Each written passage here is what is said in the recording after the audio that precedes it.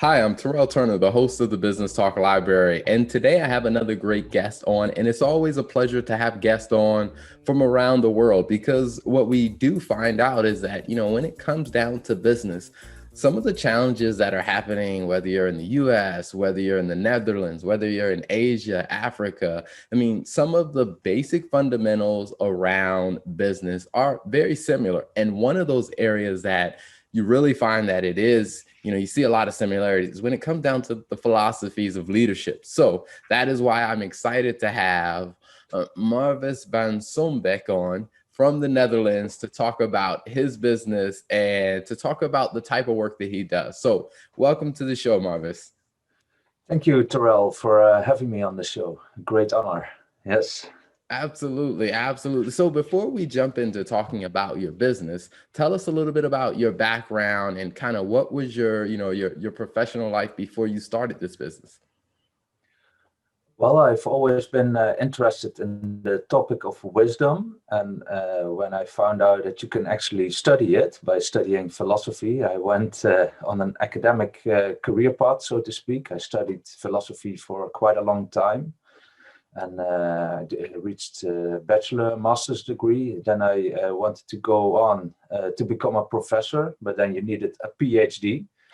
I didn't receive that one due to all kinds of bureaucracy and funding and other things in my life.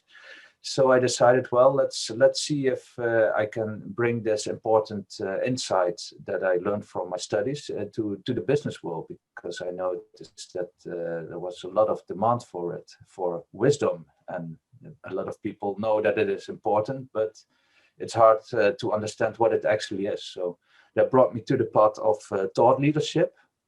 And I learned about different modalities of thought leadership. You have coaching, consulting, speaking, trainer, facilitator, and mentorship.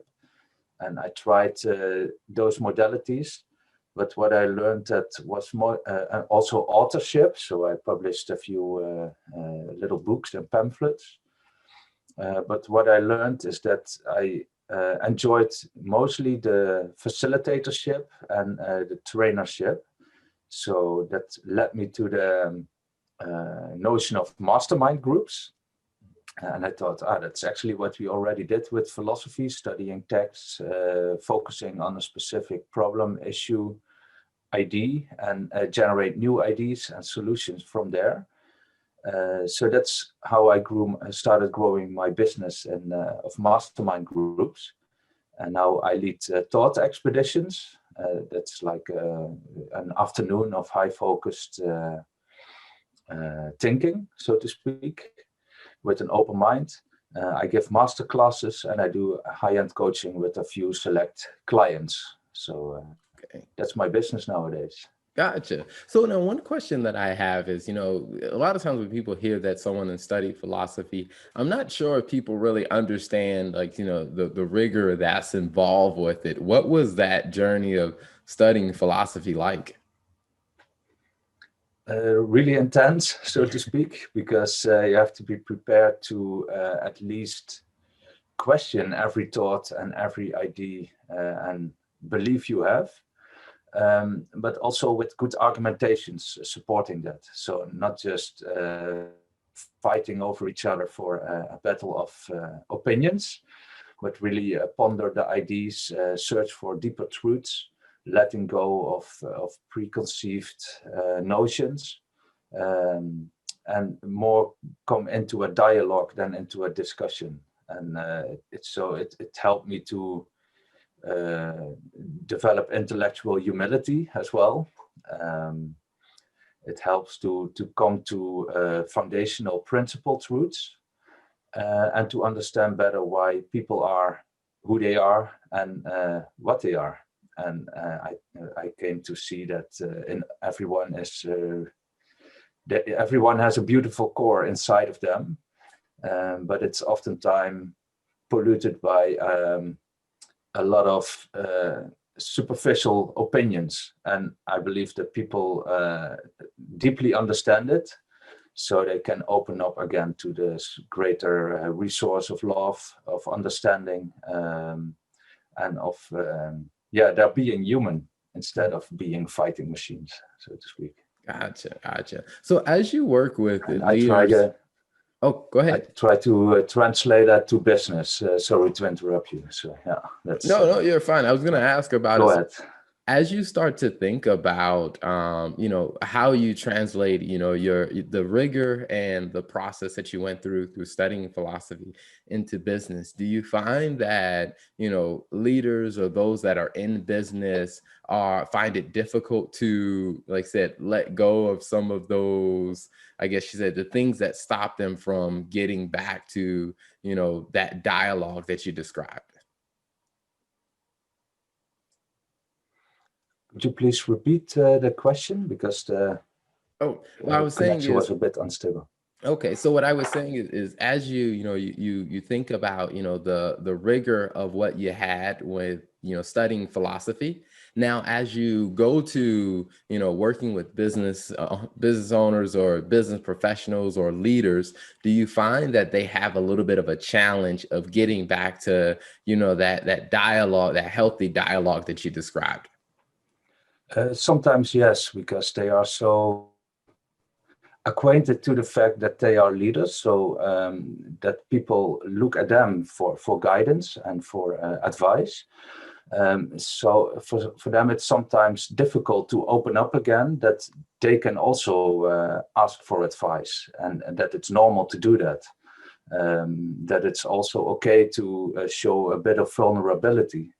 That it's okay to tap into the wisdom of someone else. Huh? They also have wisdom in other areas of their life, perhaps, or in their respective fields of expertise. And that's sometimes hard for leaders, because they are so used that they have to take the lead, go up front, be pioneering, and they think they have to know all the answers. But oftentimes it shows greater leadership when you have a willingness to accept that you don't know all the answers, and instead ask a very good question and elicit some wisdom from other people that they are oftentimes also willing to share. So that's one of the biggest lessons I learned. That could help leaders become more relaxed in their position, and even better because of doing that, because they lead other people to become more of their best self as well. So. Awesome. So when you think about, just kind of what you've been able to, transition from, your rigorous studies of philosophy into the business that you're building, when you think about the future, like what are the goals and the aspirations for your business?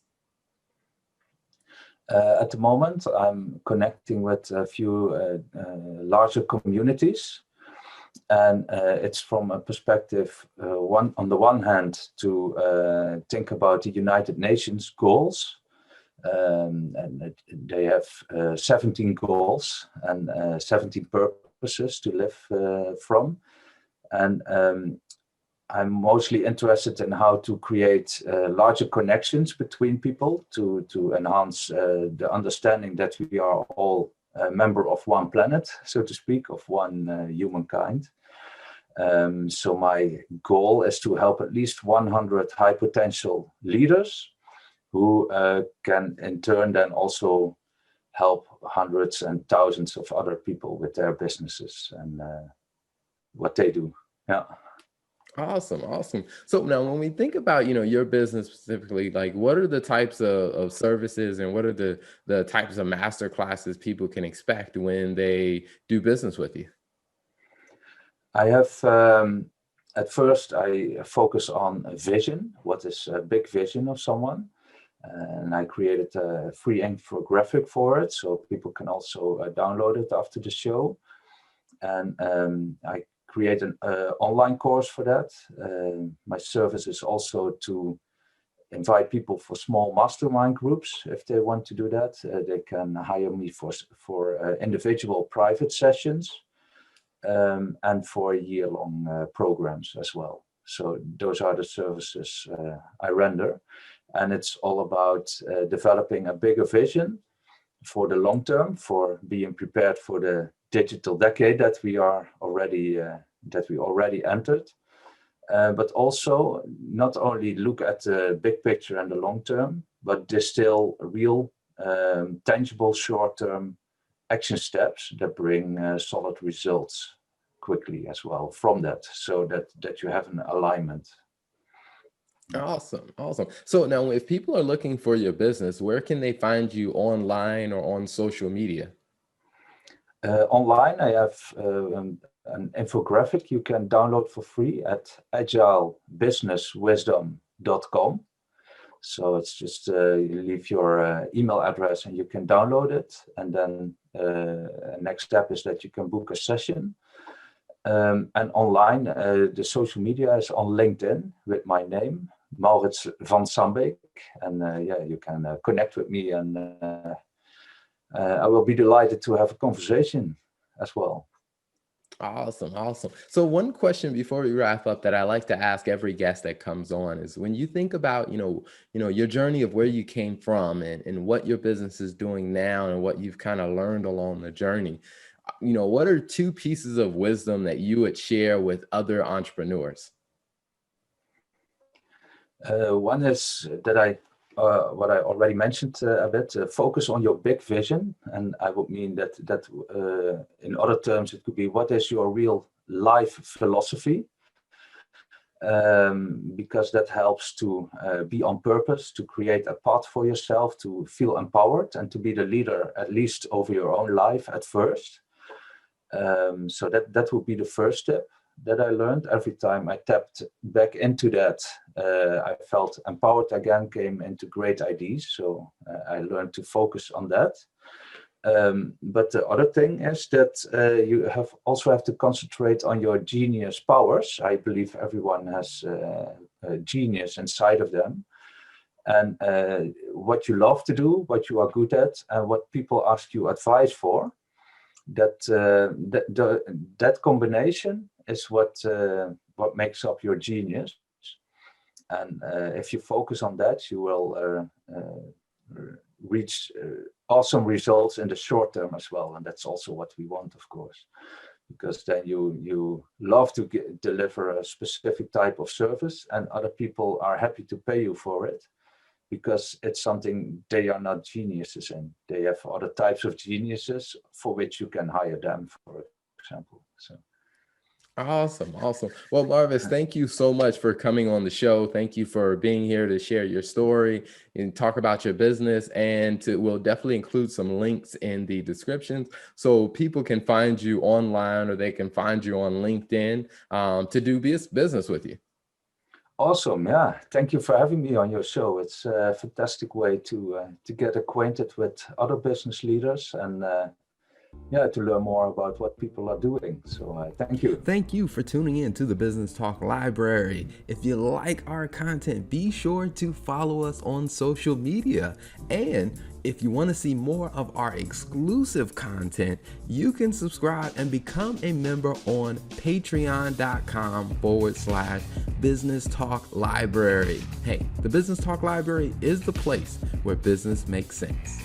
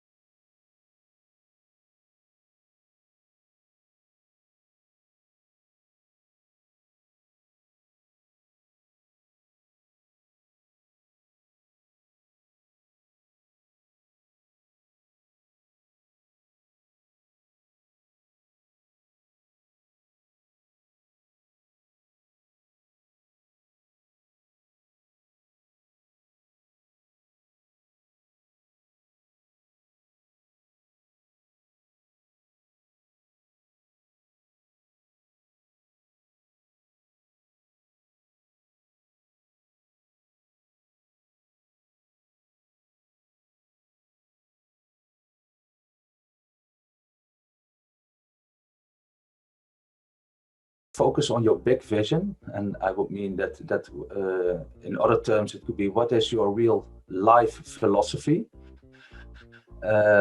Because that helps to be on purpose, to create a path for yourself, to feel empowered, and to be the leader, at least over your own life at first.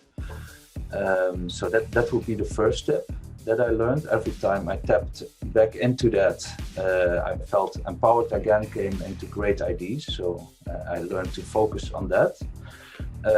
But the other thing is that you also have to concentrate on your genius powers. I believe everyone has a genius inside of them. And what you love to do, what you are good at, and what people ask you advice for, that combination is what makes up your genius. And if you focus on that, you will reach awesome results in the short term as well. And that's also what we want, of course, because then you love to deliver a specific type of service, and other people are happy to pay you for it, because it's something they are not geniuses in. They have other types of geniuses for which you can hire them for it. Thank you for tuning in to the Business Talk Library. If you like our content, be sure to follow us on social media. And if you want to see more of our exclusive content, you can subscribe and become a member on patreon.com/Business Talk Library. Hey, the Business Talk Library is the place where business makes sense.